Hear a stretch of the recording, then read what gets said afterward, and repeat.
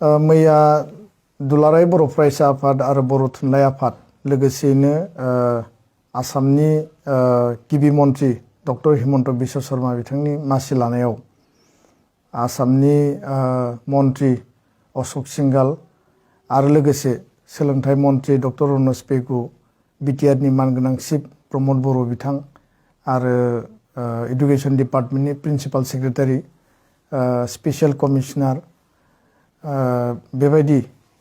गासै अफिसारफोरनि बाहागो लानायाव मोनसे मेल जानानै थाङो आरो बर' बिजोंनि सोलोंथाइनि जिखिनि माखासे थासारि आरो जेंना बे जेंनाखौ लानानै प्राय 2 घन्टा बे सावरायलायनाया जायो आरो बेयाव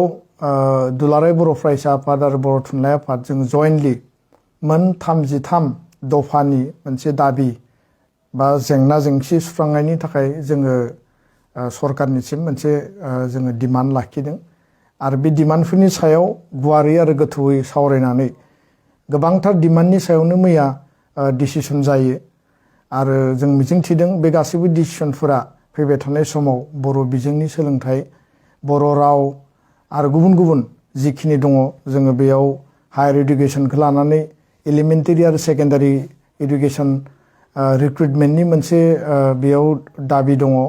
आरो फारसेथिङै 6.3 स्कुल प्रभिन्सियेलाइजेसन बेखौ लानानैबो जोङो गोथौयै आरो गुवारै मैया सावरायदों दा गुबैयै 1 नम्बरावनो दङ जे बिटिआर सुक्तिनि 6.3 बायदियै बिटिआरआव थानाय गासै बर' एसामिस मिडियामनि स्कुलखौ प्रभिन्सियेलाइज खालामनाय आरो आउटसाइड बिटिआर बर' मिडियामनि स्कुल बा इनस्टिटिउसनखौ प्रभिन्सियेलाइज खालामनाय दा बेखौ लानानै मैया गुवारै आरो गोथौयै सावरायनायनि गेजेराव फाइनालि मोनसे डिसिसनाव फैयो जे आसामनि गिबि मन्थ्रि बिथाङा थोंजोङै बिथाङा प्रप'जेल होबाय जे बिटिआरआव थानाय जे 26 खान कलेज दङ आरो मिसिं अट'नमास काउन्सिल आरो कार्बि अट'नमास काउन्सिलावबो माखासे कलेज दङ प्राय 10 खानसो जागोन बे गासैबो कलेजखौ फैबाय थानाय समाव गोख्रैनो 3 दाननि गेजेरावनो प्रभिन्सियेलाइज खालामनायनि थाखाय गासिबो डाटाबेस रेडि खालामनानै बिनि खामानिया जाफुंगोन आरो लोगो लोगोनो junior college higher secondary high school ME school आरो एलपि स्कुल पर्यायक्रमे फेस मेनाराव बे गासैबो फरायसालिफोरखौ माने प्रभिन्सियेलाइज खालामनायनि बा बे पस्ट जिखिनि दङ जोंहा इनकामबेन्ट टिचार्स बिथांमोननि पस्टखौ प्रभिन्सियेलाइज खालामनायनि जे हाबाफारि बे हाबाफारिखौ मावफुंनायनि थाखाय मैया थांखि लाबाय आरो डिपार्टमेन्ट प्रिन्सिपाल सेक्रेटारिखौ मैया डाइरेक्सन होनाय जाबाय दा बिनि अनगायैबो जोंहा माखासे दाबि दंबावो जिखिनि 14टा कलेज बिटिआरनि बेयाव 52 पस्ट ड्रप आउट जानानै दङ आरो बे पस्टफोरा 4th पस्ट बा एनरलमेन्ट पार्ट 1 पार्ट 2 कनकारेन्स गैयिनि थाखाय ड्रप आउट जादोंमोन बे पस्टफोरखौ प्रभिन्सियेलाइज खालामनायनि थाखाय भेरिफाइ जागोन जोंनि LP ME high school higher secondary बा आप टू कलेज लेभेलसिम जिखिनि ड्रप पस्ट दंमोन 2013 आरो 2017नि आयेन बायदियै जिखिनि थालांनाय बे थालांनाय पस्टफोरखौबो नैबे 6.3 प्रभिन्सियेलाइजेसन एक्टनि गेजेरजों हाबा मावनाय जागोन बेखौ मैया थांखि लायो लेंगुवेज टिचारनि पस्ट आरो फिजिकेल इडुकेसननि पस्ट दङ बेयाव music teacher classical teacher craft teacher बे गासैखौबो लानानै फेस मेनाराव प्रभिन्सियेलाइजेसननि खामानिया जागोन आरो बेयाव जिहेतु कार्बिफोरा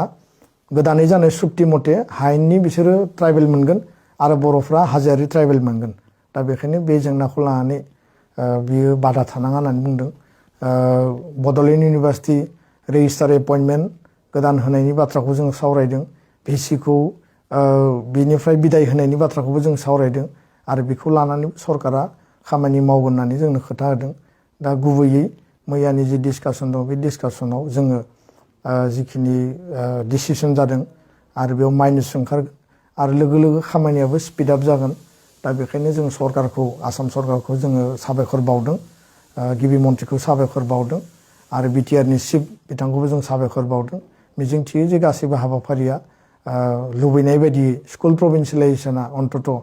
खोब गोख्रै जुदि थाङोब्ला स्कुलनि जि प्रभिन्सियेलाइजेसननि जेंना जोंनि फोरोंगिरिफोरा बिना बेथननि जि खामानि मावनायनि जेंना निड बेस बेसिसाव जोंनि माने गासै बिथिंखौ नायबिजिरनानै बे खामानिफोरखौ मावनाय जागोन। दा बेखायनो जोङो मिजिं लादों जे फैबाय थानाय 6 दाननि गेजेराव जोंनि गोबां जिखिनि जेंना जोङो होबाय बे जेंनाफ्रा प्राय